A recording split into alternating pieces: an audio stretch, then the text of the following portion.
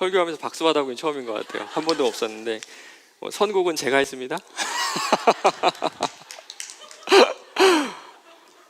참 따뜻하고도 시원한 4월의 밤에 이렇게 삼교구 한마음 기도회와 그리고 이웃을 위한 기도 서약식에 오신 여러분을 주님의 이름으로 진심으로 환영합니다. 거리두기가 해제되면서 여러 가지가 좀 풀린 것 같아요. 교회도 좀 움츠러들었던 것이 좀 이렇게 기지개를 켜는 것 같고요. 그래서 소그룹도 이제 만나지 않았던 것들이 이렇게 서로 만나고 하는 그런 일이 일어난 것 같은데요. 오늘 저희 제자훈련반도 저기 멀리 아주 기가 막히게 다녀왔습니다. 너무 좋더라고요. 내일은요 또 제가 담당하는 국제부 스태프들하고 또 기가 막힌 국제부 스태프들 혹시 오신 분이 지금 내일 가야 돼서 아마 주무시고 계실 것 같은데 기가 막히게 갈 거고요. 또 앞으로는 또 우리 지역장분들하고 부산 가야 된다. 부산 제가 약속해둔 게 있어가지고 제가 이제 집에 가면요 말씀을 준비하는 게 아니라 어디를 갈까 무엇을 먹을 요 생각만 하고 있습니다. 목사가 그래도 너무너무 좋습니다. 다시 이제 교회가 이렇게 활성화되고 서로 만나고 정말 기지개를 켜는 것 같아서 너무 좋습니다. 다시 소그룹이 그리고 예배가 열리는 것처럼 우리 금요 기도에도 다시 한번 불이 붙었으면 좋겠어요. 다시 한번. 감사합니다. 저는 지금요 18개월 된 아기랑 살고 있습니다. 셋째 늦둥인데요. 이제 말을 막 배우고 있어가지고 아직 정확하게 발음하는 게 힘들어요. 예를 들어가지고 아기들은 과자를 까까라 그래요. 까까. 그렇죠? 이것을 영어로는 베이비톡이라고 하고요. 한국말로는 유아어랑 유아어. 저희 셋째가 과일 중에 과일을 되게 좋아하는데 여러 가지 발음하는 게 있는데 제가 문제를 낼 테니까 맞춰보세요. 오늘은 3교구 한마음 기도회니까 우리 3교구 식구들에게만 기회를 드리도록 하겠습니다. 선물 있으면 선물 정말 선물 있으면 두 분에게 선물을 드리도록 할 텐데요. 그대로 할 테니까 맞춰보세요. 과일하고 관련된 겁니다. 과일. 와와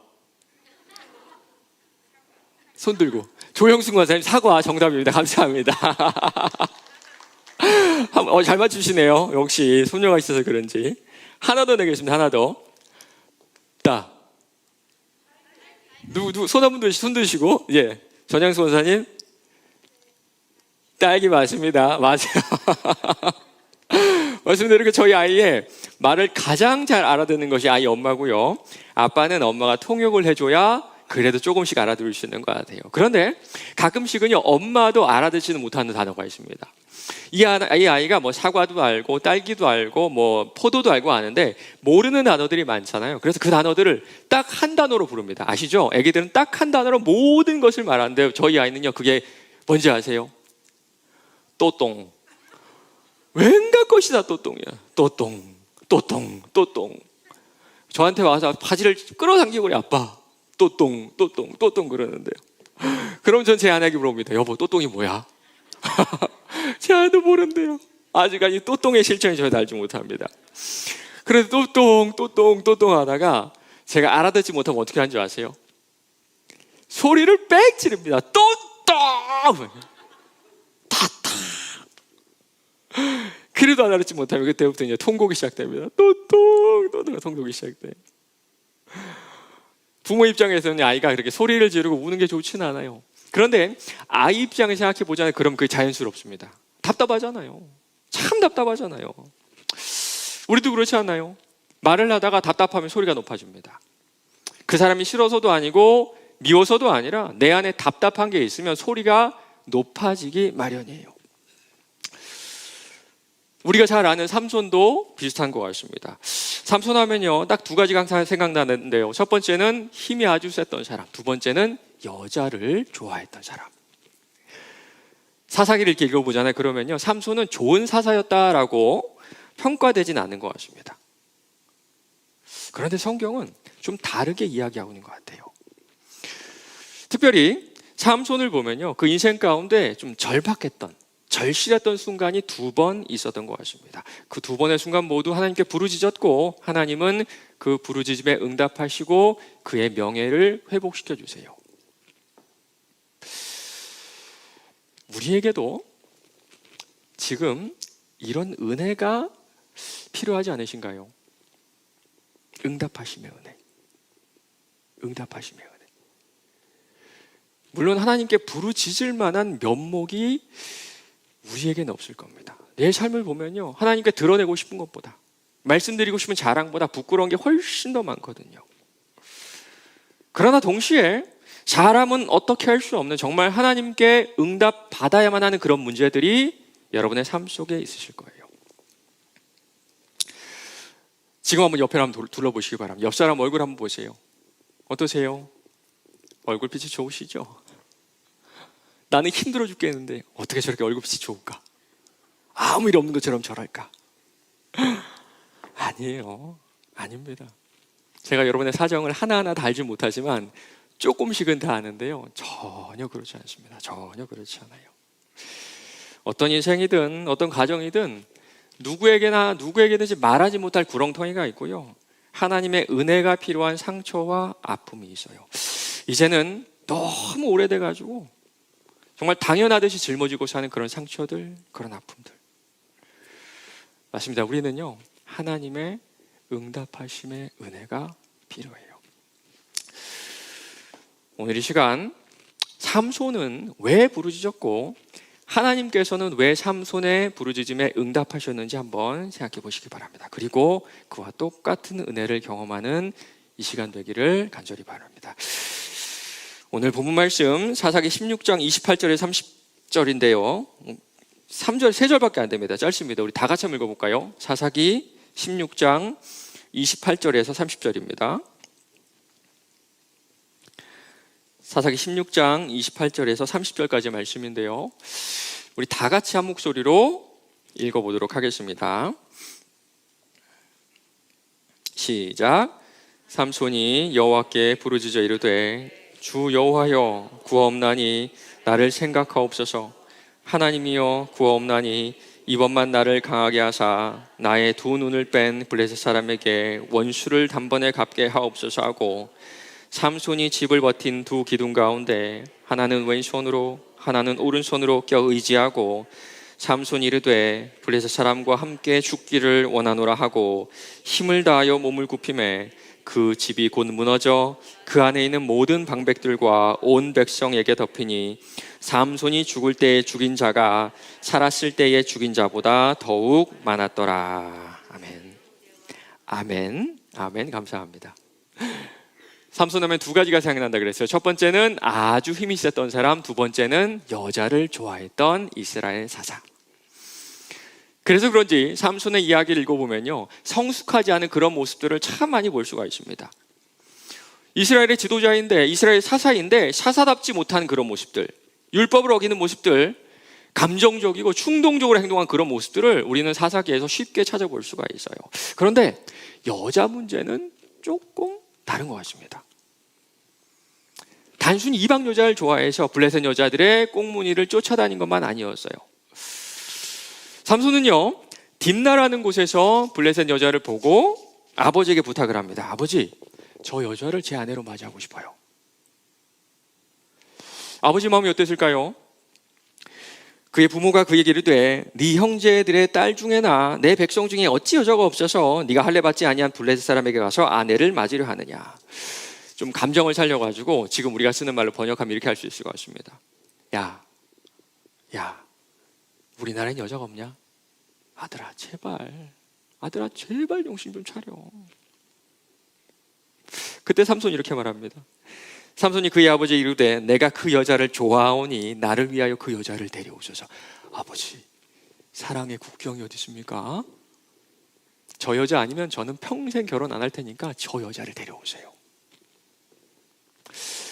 사실 그 당시에 이스라엘에 살던 유대인으로서 자기 아들이 이방 여인과 결혼한다는 것은요, 부모로서 망신입니다. 망신. 그냥 망신이 아니라 막말로 개망신입니다. 개망신. 이제는요, 얼굴을 들고 살 수가 없어요. 게다가 삼손이 누굽니까? 이스라엘의 지도자 사사죠. 사사.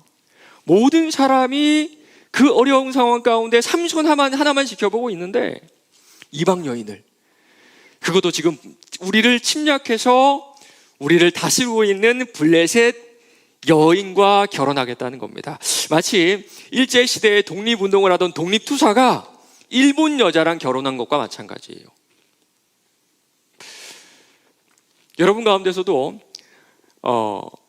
이미 결혼했지만 아들이 데려온 며느리가 탐탁지 않았던 분들이 아마 계실 겁니다. 여러분 가운데서 이미 결혼했지만 여러분의 딸이 데려온 사위감이, 그 사위가 마음에 들지 않았던 그런 분들이 계실 거예요. 바로 그 마음입니다. 그 마음.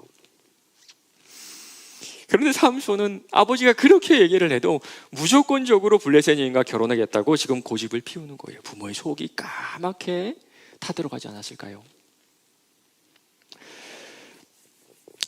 그리고 이런 일이요, 3번이나 반복됩니다. 3번. 그래서 우리는 삼손 하면요, 여자를 좋아하고 철없는 행동을 하는 망나니 사사가 떠오를 수밖에 없어요. 그러나 14장 4절을 보면요, 삼손에 대한 여러분의 생각을 완전히 바꿔놓을 겁니다. 그때에 블레셋 사람이 이스라엘을 다스린 까닭에 삼손이 틈을 타서 블레셋 사람을 치려 함이었으나 그의 부모는 이 일이 여호와께로부터 나온 것인 줄을 알지 못하였더라. 여러분, 삼손에게 좀 미안해지지 않으세요? 삼손은 여자 좋아하는, 여자의 꽁무니만 쫓아다니는 철없는 망나니로 여겼는데요, 삼손은 틈을 타서 블레셋 사람을 치기 위해 이방 여인들에게로 들어갔던 겁니다.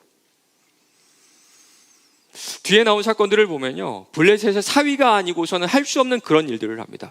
특별히 15장을 읽어보잖아요. 참 재밌습니다. 정말 재밌어요. 삼손이 블레셋 사람들을 막 치고 다니는데요, 블레셋 사람들 입장에서 보면 블레셋 여인의 남편으로서, 블레셋 사람의 사위로서 합당한 복수여가지고 뭐라고 말하지 못합니다. 지금 감히 정복당한 나라의 사사가 정복한 나라 한가운데서 활개를 치고 다니는데, 대놓고 난리를 치고 다니는데 그 누구도 이스라엘 탓을 하지 못하는 그런 상황이 벌어지고 있는 거예요. 맞습니다. 삼손이 블레셋의 사위가 아니었다면 전혀 하지 못할, 상상도 하지 못할 복수국을 블레셋 한가운데서 지금 벌이고 있는 겁니다. 첫 번째 여자도 두 번째 여자도 삼손이 그를 보고 들어갔다라고 성경은 말해줍니다. 저는 이게요, 단순히 삼손이 그의 얼굴을 봤다라는 그런 뜻 같지는 않아요. 아마도 이방 여인과의 그 관계를 통해서 블레셋을 치는 그 큰 그림을 보고 블레셋 여인에게로 들어가지 않았을까요? 우리는 그 후에 블레셋을 마음껏 치는 그런 모습을 볼 수가 있습니다. 그런데 3번째 여인 들릴라는 달라서요. 이후에 삼손이 소래골짜기에 들릴라라 이름하는 여인을 사랑하며, 이번에는 보았다라고 하지 않고요, 사랑하며라고 하네요. 무언가 삼손의 마음속에 큰 변화가 있었던 것 같습니다. 요즘에 뉴스에 많이 나오는 가평 계곡 살인 사건 여러분 들어보셨나요? 네. 아내가 남편의 보험금을 노리고 내연남과 함께 남편을 수없이 살해하려고 하다가 결국엔 살해한 그런 사건입니다. 그런데 이 남편을 살해한 여성이요, 20년 전에 어떤 방송에 나오는데 그 방송이 우리를 충격에 빠뜨리고 있죠. 예전에 신동엽 씨가요, 러브하우스라는 프로그램을 했습니다. 어려운 가정에 가서 그 집을 수리해주고 리모델링해주는 그런 프로그램이었는데요, 남편을 살해한 그 아내는요, 그 당시에 경제적으로 참 어려운 가정에서 장애를 가진 부모를 알뜰살뜰히 챙기는 6학년 효녀로 칭찬받았던 그런 사람이었습니다. 그때 나온 방송을 보니까요, 그저 자기 방을 갖는 게 소원인 참 소박한 소원을 가진 그런 착한 아이였어요. 그런데 20년이 지난 지금 그 착한 아이가 8억 원의 보험금 때문에 남편을 살해한 살인범으로 변했던 겁니다.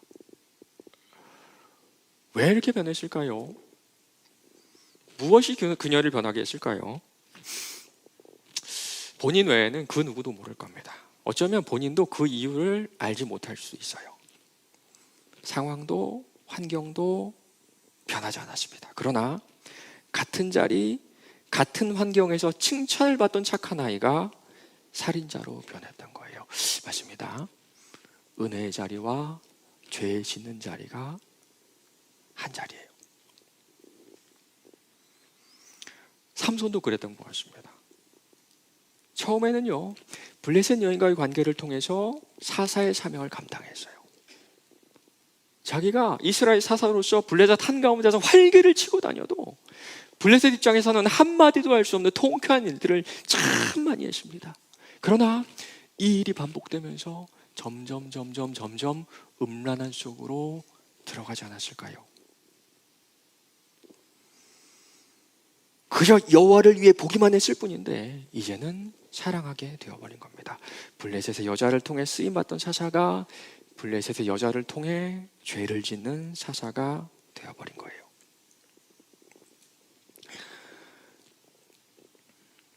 교회에 있다 보면요, 이런 분들을 종종 만나게 됩니다. 주를 위해 돈을 벌다가 어느 순간에는 하나님보다 돈을 더 사랑해요. 주를 위해 집을 구하다가 어느 순간에는 하나님보다 아파트를 더 사랑해요. 주를 위해 자녀를 키우다가 어느 순간에 하나님보다 자녀를 더 사랑합니다. 정말 그렇지 않나요? 여러분, 정말 그렇지 않나요?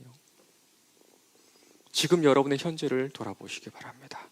은혜 받았던 자리가 죄 짓는 자리로 순식간에 변합니다. 맞습니다. 죄 짓는 자리와 은혜 받은 자리가 한 자리예요.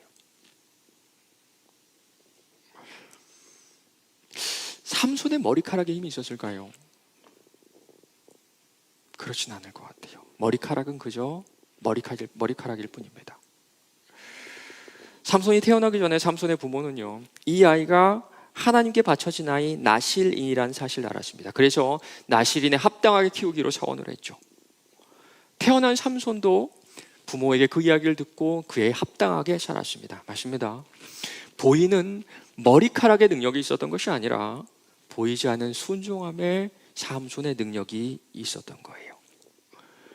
머리카락이 잘려서 하나님께서 떠나신 것이 아니라 순종이 멈췄기 때문에 더 이상 쓰임을 받지 못하는 겁니다.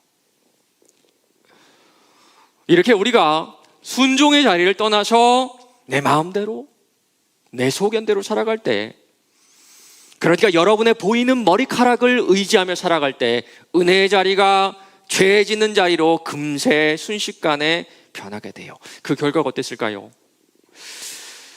20절입니다.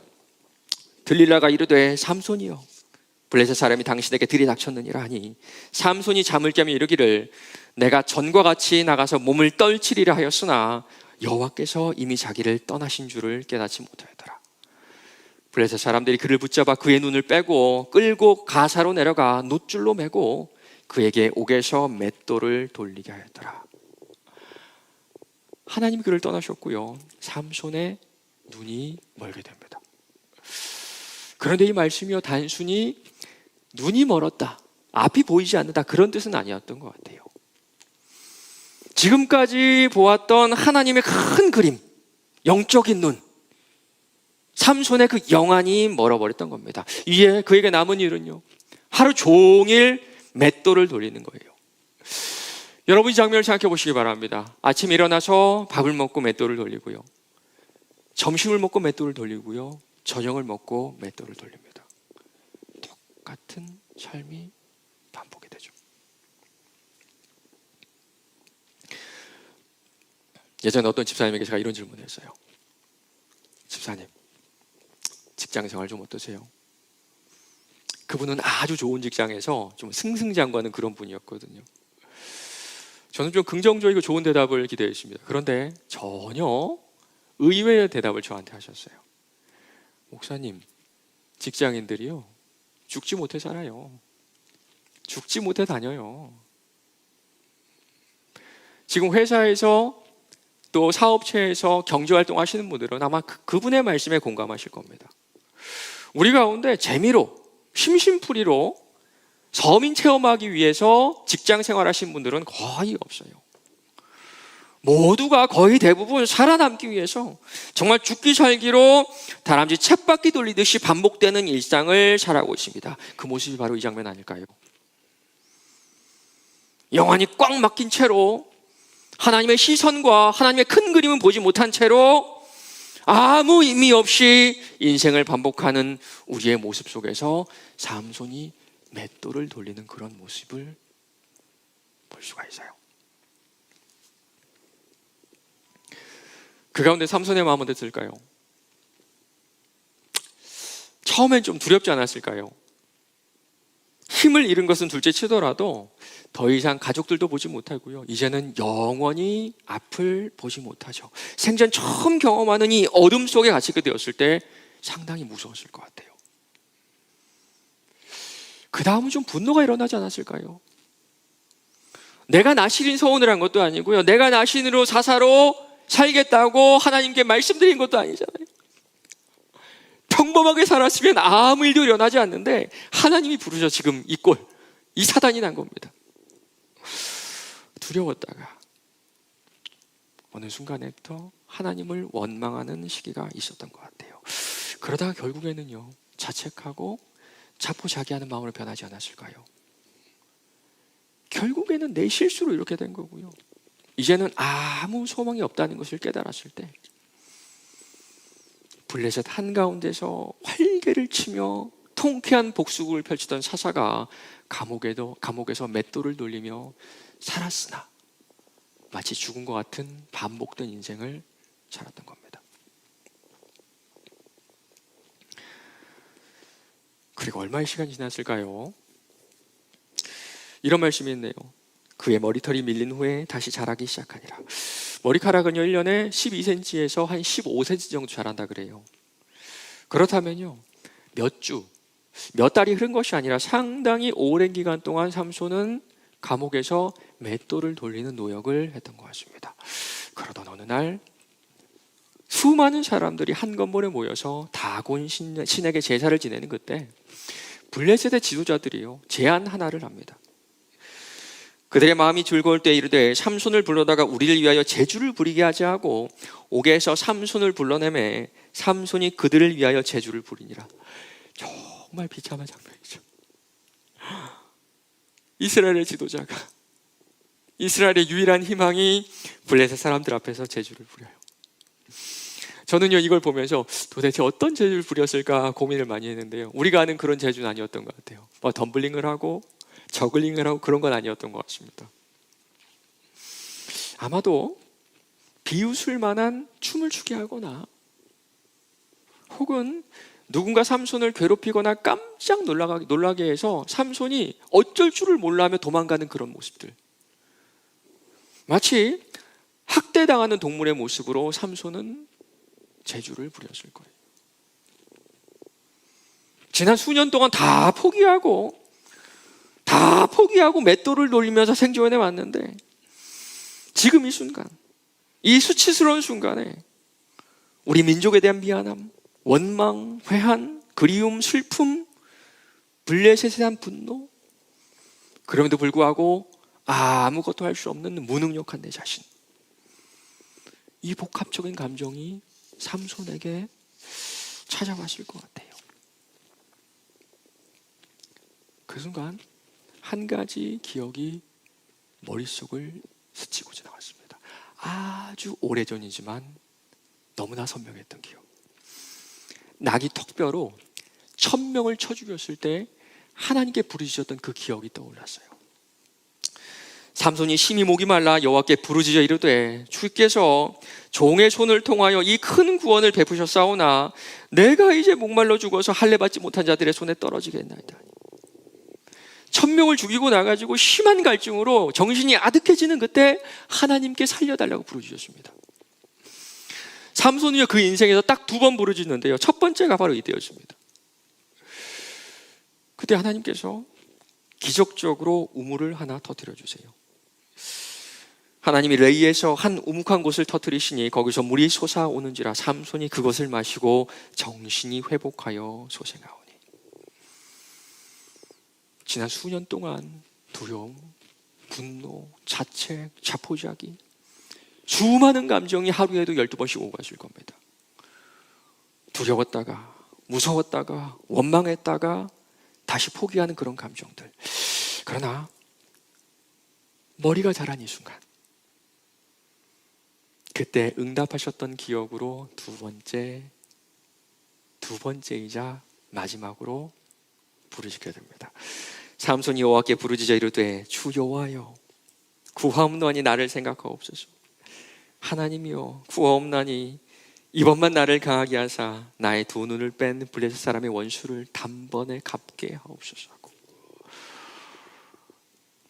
그 후에 어떤 일이 일어난 줄 아세요?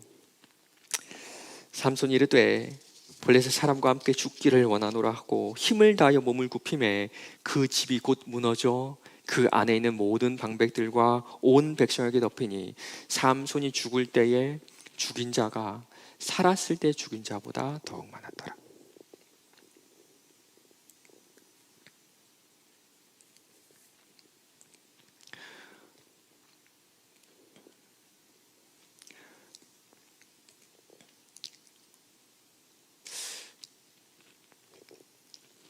언젠가부터 교회에 사라진 것이 하나 있습니다. 그게 뭔지 아세요? 우는 사람. 울면서 부르짖는 사람이 사라졌습니다. 20년 전, 아니에요, 10년 전만 해도 제가 기억하는 금요기도회는요, 눈물이 넘쳐났습니다. 인생의 문제로 울었고요, 지난 일주일 동안 세상 속에서 고생한 모든 것들이 생각나서 이 자리에서 하나님께 다 말씀드렸어요. 나이 불문이었습니다. 이 자리에 고등학생들이 있었어요. 그렇죠? 성별 불문이었습니다. 남자 성들도 이 자리에 가득했어요. 하나님께 기도하다 보면요, 너무 답답해서 부르짖게 되고요, 그러다 보면 우시더라고요. 그래서 금요기도의 시간에는요, 흐느끼는 정도가 아니라 항상 통곡하는 울음이 있었던 것입니다. 그런데 이제는요, 부르짖는 사람도 사라졌고 우는 사람도 사라졌습니다. 여러분 모두도 아실 거예요. 기도의 자리에서 부르짖으면서 눈물 흘리시는 분들을 더 이상 찾아볼 수가 없어요. 왜 그럴까요? 이제는 간절한 인생의 문제가 없어서 그럴까요? 생활은 나아진 게 맞습니다. 지난 10년 동안 한국 사회는 놀라울 정도로 성장한 게 맞아요. 그러나 우리가 겪는 인생의 문제가 사라졌느냐? 전혀 그렇지 않다는 거 여러분이 저보다 훨씬 더 잘 아실 겁니다. 도리어 문제의 깊이는 훨씬 더 깊어졌고 지난 10년 동안 해결의 가능성조차 보이지 않죠. 사랑하는 성도 여러분, 여러분의 자녀는 예수님 믿고 있나요? 사랑하는 성도 여러분, 여러분의 부모님은 예수님을 믿고 있나요? 저는 지난 4년 동안 여러분의 자녀들을 가르쳤고요, 우리 교회 교육을 담당해서 지금 교육부서 아이들 다음 세대의 영적 상태를 누구보다 더 잘 알고 있습니다.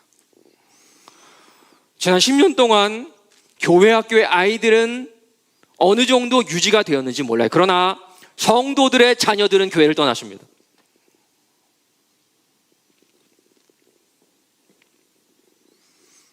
혹시 언젠가는 돌아올 거라는 막연한 믿음이 있다면 여러분 통계를 보시기 바랍니다. 30세 이후에 예수 믿을 확률은 단 2%입니다. 가능성은 있으나 돌아오질 않을 확률은 98%. 예전에는요, 성도들의 자녀가 교회의 기둥으로 자랐습니다. 그리고 그 기둥이 바로 여러분들이세요. 그러나 여러분의 자녀는 어떠십니까? 교회의 기둥은커녕 믿음을 버리고 세상으로 다 떠나갔어요. 엄마, 나는 하나님 있다는 것을 믿어. 나는 전능자가 있다는 것을 믿어. 이게 아니라 부활하신 예수 그리스도와 인격적 교제를 하지 않는다면, 인격적으로 만나지 않았다면 성경에 나오는 모든 저주가 여러분의 자녀일 것입니다. 10년 전보다 문제의 깊이는 더 깊어졌고요, 이제는 해결의 방법조차 보이지 않아요. 교회는 어떤 줄 아세요? 요즘에는요, 세상 뉴스에 교회가 심심치 않게 나옵니다. 분열, 갈등, 부정, 음란함. 다른 교회는 생각할 것도 없습니다. 우리가 속한, 여러분이 속한 작은 공동체 안에도 갈등이 있고 미움이 있고 하나됨을 거부하는 완악한 모습들이 있어요. 이제는 같은 교회를 다녀도 서로 무관심한 것이 당연한 것이 되어버렸는지도 모릅니다.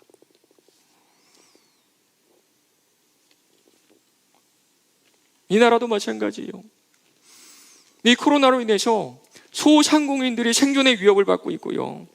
치명률이 낮다 하지만 하루에 300명이 넘는 그 안타까운 생명들이 목숨을 잃고 수많은 사람들이 가족을 잃고 있습니다. 세계로 눈을 돌리잖아요. 마음이 더 아플 수밖에 없습니다. 지금도 우크라이나에 있는 우리 믿음의 형제 자매들이, 미얀마에 있는 믿음의 형제 자매들이 총에 맞아서, 21세기에 총에 맞아서, 대포에 맞아서, 미사일에 맞아서 죽어가고 있습니다. 그러나 그 누구도 부르짖거나 울지 않아요. 30년 전보다, 20년 전보다, 10년 전보다 훨씬 더 절박하고 긴박한 문제들인데, 문제는 우리에게 그 긴박함이, 그 절박함이 보이지 않는다는 겁니다. 간절한 문제들이 가면 갈수록 대수롭지 않게 우리에게 보여지고 있어요. 왜 그럴까요? 왜 그럴까요? 왜 우리는 울어야 할 일을 울지 못할까요? 혹시 우리의 영적인 눈이 뽑혀서 그런 건 아닙니까?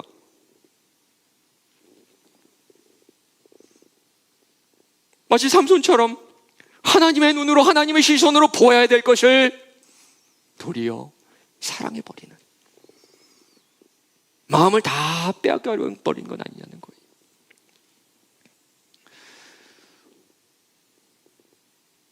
십자가를 지고 가신 우리 주님께서 당신을 걱정하는 사람들에게 이런 말씀을 하시죠.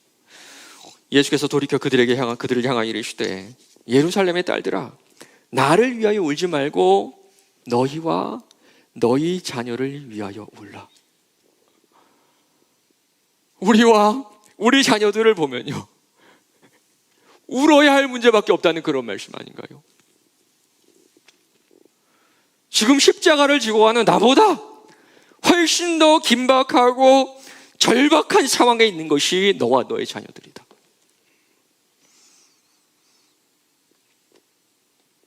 그러나 언젠가부터 교회의 눈물이 멈췄습니다. 울면서 부르짖어야 할 문제들이 너무나 많은데 교회는 울음을 멈췄어요. 우리 하나님께서는 부르짖고 울고 울라고 이 교회를 여러분에게 맡겨주셨는데, 특별히 중직자들을 세우시고 교회와 성도들을 위해 울며 부르짖으라고 말씀하셨는데, 우리의 눈물은 언젠가부터 싹 말라버린 것 같습니다. 사랑하는 성도 여러분 마지막으로 울어보신 게 언제세요? 여러분 마지막으로 기도의 자리에 나와 울어보신 게 도대체 언제입니까? 예수께서 돌이켜 그들을 향하여 이르시되, 예루살렘의 딸들아, 나를 위하여 울지 말고 너희와 너희 자녀를 위해 울라. 주님, 이 말씀이 저와 제 자녀와 우리 교회를 두고 하신 말씀인 줄을 제가 깨닫습니다. 주님 살려주세요. 주여 살려주시옵소서. 영원히 멀어버린 저를 살려주시고, 지옥으로 달려가는 제 자식을 살려주시고, 생명력을 잃어간 이 교회를 주님 살려주세요. 여러분 마지막으로 울면서 부르짖으며 기도했던 때가 언제인지 기억나세요? 아니면 언제부턴가 아무 의미 없이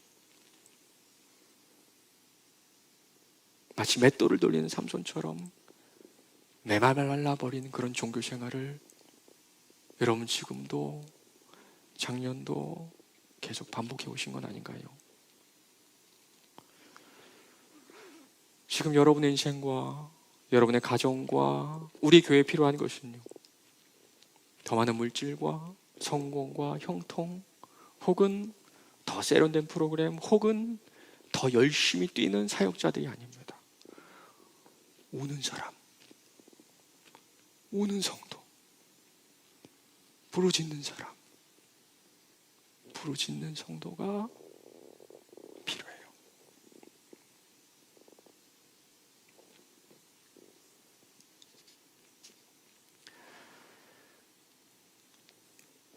그러나 여러분에게도 부르짖으며 울었던 그런 기억이 있으실 겁니다. 그게 언제였는지는 여러분만 아실 거예요. 주님 앞에서 참 많이 우셨을 때가 있었을 거예요. 옆에 누가 있건 없건 체면 따위는 생각하지 않고 하나님 앞에 부르짖었던 그런 기억이 있으실 거예요.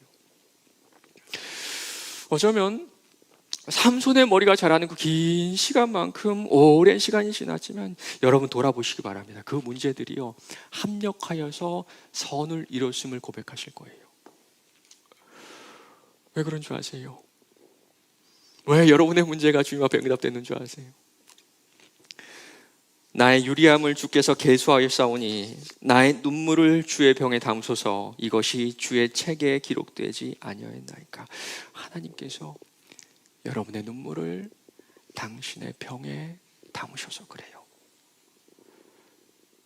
그래서 우리가 주님의 이름을 부르며 흘렸던 그 모든 눈물을 당신의 병에 담으시고 그 병에 담긴 눈물로 우리의 사정을 잊지 않고 기록하셔서 그렇습니다.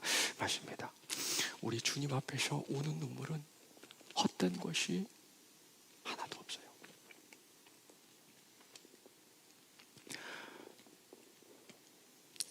두 눈이 빠진 삼손 울었을까요? 네, 울었을 것 같습니다. 눈동자가 없어도, 눈알이 없어도 눈물은 나온다고 해요.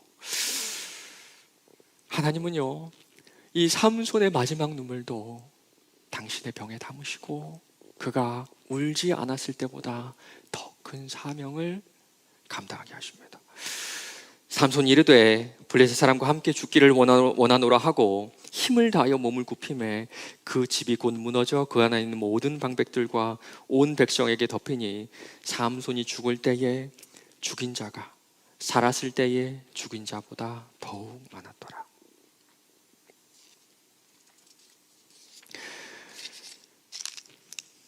말씀을 맺겠습니다. 삼손의 첫 번째 부르짖음은요, 살려달라였습니다. 살려달라. 하나님, 내가 목말라 죽겠으니까 살려주세요.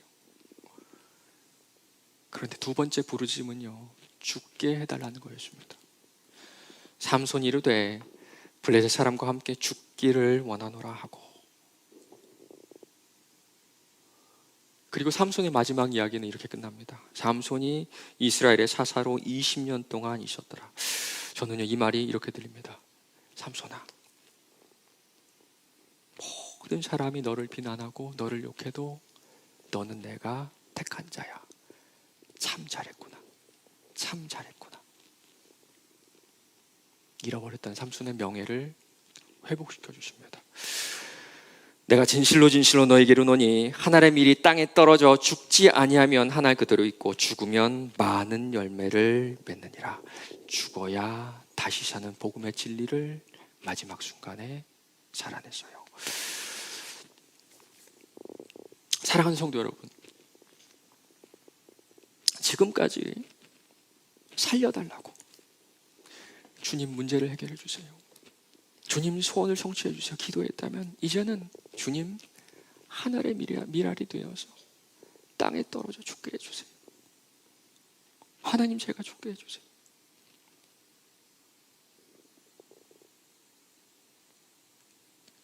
여러분의 눈물로 여러분의 자녀가 새 생명을 얻고 우리 교회가 그리스도의 몸된 공동체로 명예를 회복할 줄로 믿습니다.